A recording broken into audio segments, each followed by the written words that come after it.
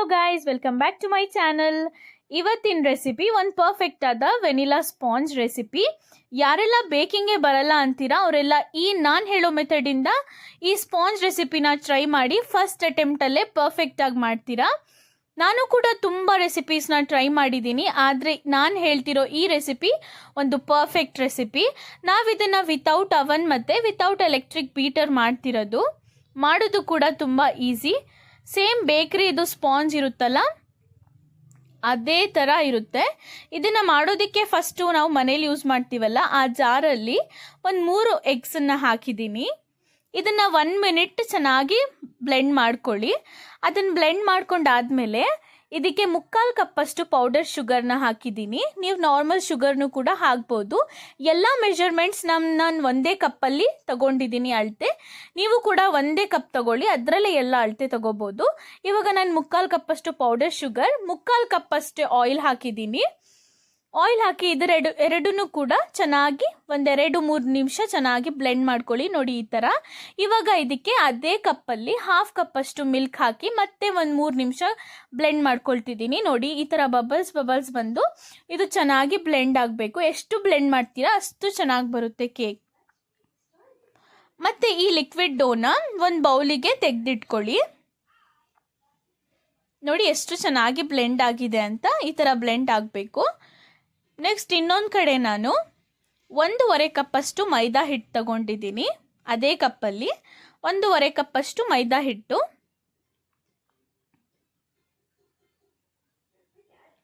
1 full table ಸ್ಪೂನಷ್ಟು baking powder,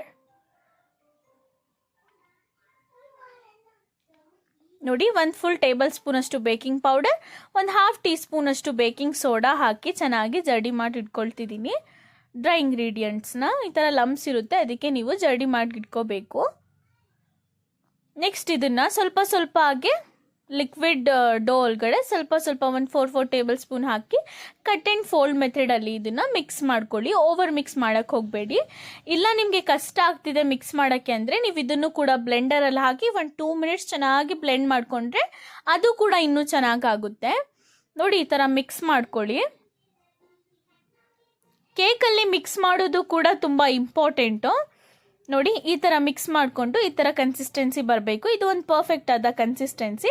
next ಇನ್ನೊಂದು ಕಡೆ ನಾನು ಕೇಕ್ ಟಿನ್ನನ್ನು ಫಸ್ಟೇ ಆಯಿಲ್ ಮತ್ತು ಬಟರ್ ಪೇಪರ್ ಇದ್ದರೆ ಪರವಾಗಿಲ್ಲ, ಬಟರ್ ಪೇಪರ್ ಇಲ್ಲ ಅಂದರೆ ಆಯಿಲ್ ಮತ್ತು ಮೈದಾ ಹಿಟ್ಟಲ್ಲಿ ಗ್ರೀಸ್ ಮಾಡ್ಕೊಂಡು ಇಟ್ಕೊಂಡಿದ್ದೆ. ಇದಕ್ಕೆ ಬ್ಯಾಟರ್ ಹಾಕಿದ್ದೀನಿ. ಇನ್ನೊಂದು ಕಡೆ ನಾನು ಒಂದು ಪ್ಯಾನಿಗೆ 10 ಮಿನಿಟ್ಸ್ ಹೈ ಫ್ಲೇಮಲ್ಲಿ ಪ್ರೀ ಹೀಟ್ ಆಗೋಕ್ಕೆ ಇಟ್ಟಿದ್ದೆ. ಇವಾಗ ಅದರೊಳಗಡೆ ಒಂದು ಸ್ಟ್ಯಾಂಡ್ ಇಟ್ಟು ಈ ಕೇಕ್ ಟಿನ್ನ ಇಟ್ಟು ಕ್ಲೋಸ್ ಮಾಡಿ ಲಿಡ್ಡನ್ನು 10 ಮಿನಿಟ್ಸ್ ಮೀಡಿಯಮ್ ಟು ಲೋ ಫ್ಲೇಮಲ್ಲಿ ಬೇಕಾಗಕ್ಕೆ ಬಿಡಿ. 10 ಮಿನಿಟ್ಸ್ ಆದಮೇಲೆ ಲಿಡ್ ಓಪನ್ ಮಾಡಿ ನೋಡಿ ಎಷ್ಟು ಚೆನ್ನಾಗಿ ಆಲ್ರೆಡಿ ಇದು ಬೇಕಾಗಿದೆಯೋ ಇಲ್ವೋ ನೋಡೋಕ್ಕೆ ಒಂದು ಫೋಕನ್ನ ಇನ್ಸರ್ಟ್ ಮಾಡಿ ನೋಡಿ. ಇನ್ನೂ ಬೇಕಾಗಿಲ್ಲ ಕೇಕು. ಮತ್ತೆ ನಾನು ಲಿಡ್ಡನ್ನು ಕ್ಲೋಸ್ ಮಾಡಿ ಮತ್ತೆ 15 ಮಿನಿಟ್ಸ್ ಬಿಟ್ಟೆ. ಟೋಟಲ್ ನನಗೆ 25 ಮಿನಿಟ್ಸ್ ಹಿಡಿತು ಕೇಕ್ ಬೇಕಾಗೋದಕ್ಕೆ. ನೋಡಿ ಇವಾಗ ಏನು ಅನ್ಕೋತಿಲ್ಲ ಬ್ಯಾಟರು, ಇದು ಪರ್ಫೆಕ್ಟಾಗಿ ಬೇಕಾಗಿದೆ ಅಂತ. ಎಷ್ಟು ಸ್ಪಾಂಜಿಯಾಗಿ ಬಂದಿದೆ ಅಂತ ನೀವು ಆಲ್ರೆಡಿ ನೋಡ್ಬೋದು. ಒಂದು ಸ್ವಲ್ಪ ಹೊತ್ತು ಇದನ್ನು ಕೂಲ್ ಆಗೋಕ್ಕೆ ಬಿಡಿ, 10 ಮಿನಿಟ್ಸ್. ನೋಡಿ ಎಷ್ಟು ಸ್ಪಾಂಜಿ, ಕಲರು ಕೂಡ ಎಷ್ಟು ಪರ್ಫೆಕ್ಟಾಗಿ ಬಂದಿದೆ ಅಂತ. ಚೆನ್ನಾಗಿ ಬೇಕಾಗಿದೆ. ಸ್ವಲ್ಪ ನೈಫಿಂದ ಸೈಡ್ಸನ್ನು ಈ ಥರ ಮಾಡಿ ಕೇಕನ್ನು ನೀವು ನೋಡಿ. ಬಟರ್ ಪೇಪರ್ ಇಲ್ಲ ಅಂದ್ರೂ ಕೂಡ ಎಷ್ಟು ಪರ್ಫೆಕ್ಟಾಗಿ ಕೇಕ್ ಬಂದಿದೆ ಅಂತ. ನೋಡಿ ಎಷ್ಟು ಸ್ಪಾಂಜಿ ಇದೆ, ಕಲರು ಕೂಡ ಪರ್ಫೆಕ್ಟಾಗಿ ಬಂದಿದೆ. ನೋಡಿ ನಾನು ಮೇಲ್ಗಡೆದು ಸ್ವಲ್ಪ ತೆಗ್ದು ನಿಮಗೆ ಸ್ಪಾಂಜಿನೆಸ್ ಚೆಕ್ ಮಾಡಿಸ್ತಿದ್ದೀನಿ. ನೋಡಿ ಎಷ್ಟು ಚೆನ್ನಾಗಿ ಬಂದಿದೆ ಅಂತ. ಇದು ನಾನು ನನ್ನ ನೆಫ್ಯೂ ಬರ್ಡೇಗೆ ಮಾಡಿದ್ದು, ಸೊ ನಾನು ಪೀಸಸ್ ಎಲ್ಲ ಕಟ್ ಮಾಡಿ ತೋರ್ಸೋಕ್ಕಾಗಲ್ಲ ಅಂತ ಈ ಥರ ಸ್ವಲ್ಪ ಮೇಲಿಂದ ತೆಗೆದು ನಿಮಗೆ ತೋರಿಸ್ತಿದ್ದೀನಿ. ಪರ್ಫೆಕ್ಟಾಗಿ ಎಷ್ಟು ಚೆನ್ನಾಗಿ ಸ್ಪಾಂಜ್ ಬಂದಿದೆ ಅಂತ ನೋಡಿ.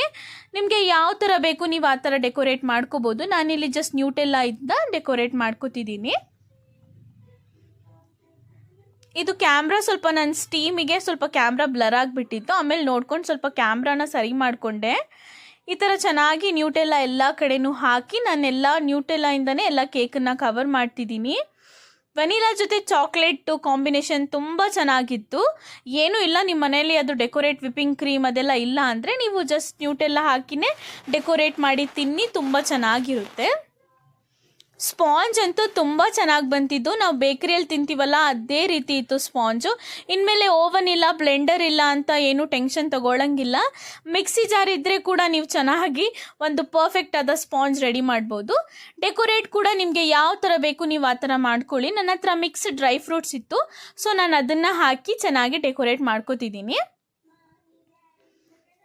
ಸ್ಪ್ರಿಂಕಲ್ಸ್ ಇದ್ರೂ ಕೂಡ ನೀವು ಹಾಕಿದರೆ ಇನ್ನೂ ಚೆನ್ನಾಗಿರುತ್ತೆ. ಡೆಕೋರೇಟ್ ಮಾಡಿಕೊಂಡು ಎಂಜಾಯ್ ಮಾಡಿ. ರೆಸಿಪಿ ಇಷ್ಟ ಆಗಿದ್ದರೆ ಪ್ಲೀಸ್ ನನ್ನ ಚಾನೆಲ್ನ ಸಬ್ಸ್ಕ್ರೈಬ್ ಮಾಡಿ, ಲೈಕ್ ಮಾಡಿ, ಶೇರ್ ಮಾಡಿ. ಈ ರೆಸಿಪಿ ಅಂತೂ ಖಂಡಿತವಾಗ್ಲೂ ನೀವು ಟ್ರೈ ಮಾಡಿ ನನ್ನ ತಮ್ಮ ಫೀಡ್ಬ್ಯಾಕನ್ನು ಹೇಳಬೇಕು. ಬಾಯ್.